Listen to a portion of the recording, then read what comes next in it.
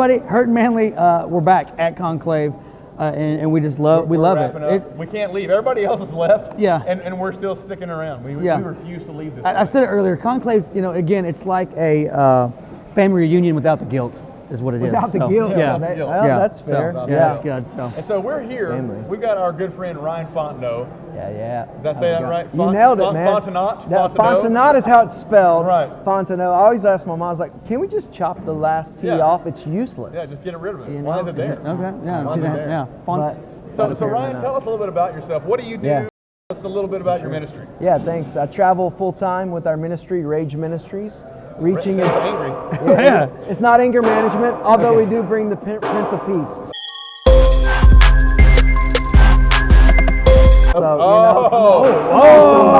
come on. One of those preacher jokes anyway. Wow. So, Rage against the Ryan. That rage against.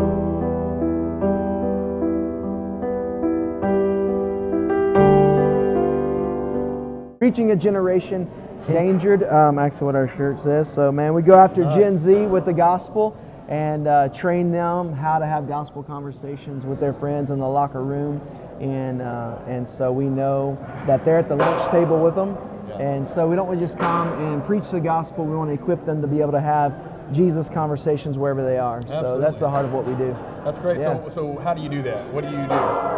Camps, Disciple Nows, E-Nows, which is Evangelism Now. Nobody does it. We do that. Conferences, and so come in, a lot of speaking, events and stuff like that. So, and then what we like to do is even on weekends like a Rage weekend, we help them by not just coming and preaching, but spending time training them. Sure. So your breakouts would be learning, how do I share the gospel? What is the gospel? Right. Man, how do I start a conversation about those type of things? So just practical stuff. That's great. Yeah. That's great. How long have you been doing that?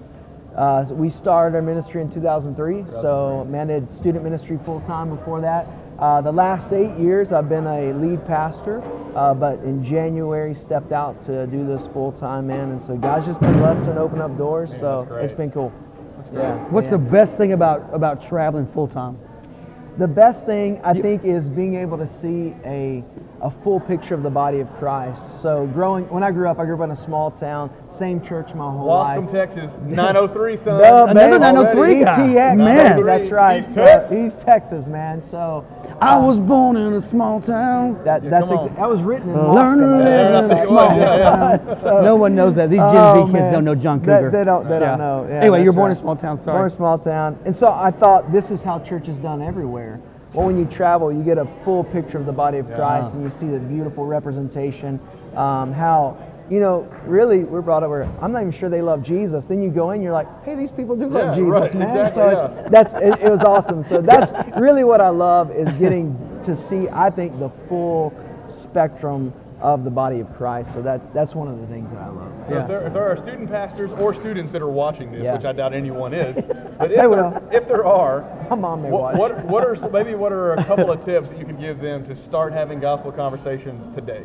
Yeah, number one is prayer. Okay. Here's what I've found, man. If you're not praying that God would open up doors to share your faith, you're not thinking about sharing your faith. So I can just say, number one, make that just a priority. As a matter of fact, we have an ebook at rageministries.com called 7 Go Tell Prayers. And the whole heart of that ebook is simply to cultivate your heart for evangelism. Yeah. I believe evangelism starts in here before it ever starts out there. So prayer, I think, is the number one key, and then being prepared. Okay. So when you pray, then you be prepared, because I think most people don't talk about Jesus.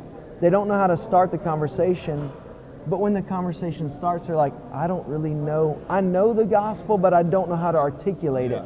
So praying and practicing, practicing with friends, practicing in your student ministry. That's great. Man, it sounds crazy, but even practicing in the mirror. Like, hey, you watching yourself talk about Jesus. So those are two things I would say are big. So, that's great. And so how can we find you and follow you on social media? Tell man, if you us just where to find you. Follow the hashtag We Are Rage. We Are Rage. We are reaching a generation endangered. We like to say reaching the next generation is not a me thing, it's a we thing. And so if you do the hashtag We Are Rage on all the social media, you'll find us there. What about So, booking? You have a website? Yeah, RAGEMinistries.com, Okay. and go there. All our information's there. You can fill out a booking request form, or just hey, we want more info, or hey, we'd like to chat more about what you do, how we can partner and stuff. And are you working out? What's going on? I feel like you're pretty much in shape. I have children, and so no, I'm not working out. Okay. No. All right. So Because you look good. I mean, you. I'm looking at my arms, and I'm just wondering.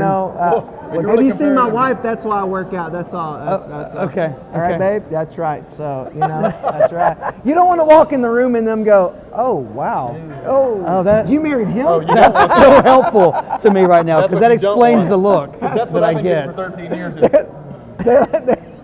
Is this it? It's not really disappointment. It's more just like Shock. It's utter. What have I done? it's just indifference. That's right. You're like, hey, this is my wife, and if they go, wow, really? Yeah. You're No, like, literally, that's always that's how it whoa, you outkicked your coverage. yes. Yeah. Yeah. We're not playing the same game, I guarantee you. So we all outkicked So our I think coverage. that's just closing. If you want some wisdom, just some practical, always marry up. Marry Always. up. Yeah. Marry So up. I mean, why would you want to marry down? That makes no Terrible. sense. That's probably Stupid. something we should ask our wives. That is true. Because they've all done it. That's right. When they get dim in here, Why, they'd be like, why well, did you I didn't- marry down? And every one of them would be like, well, I was blinded. Like, That's Paul, right. I don't know. Yes. It's weird. That, I always tell people, I'm pretty sure there is a God. Have you seen my wife? There's no way she should have There's no married way. me. Yeah. It's proof that God's got a sense of humor. Yes, That's amen. part. That's All right. Well, check it out. Check it out. Ryan Fontenot, if you need a speaker, if you need somebody to come in and train your folks, he's the guy to go to. Ryan, thanks for being with us today, man. Appreciate you it. Yeah, guys, man. man. Thanks, Thanks for man. what you do, Appreciate it. guys. Yeah. Yeah. All right.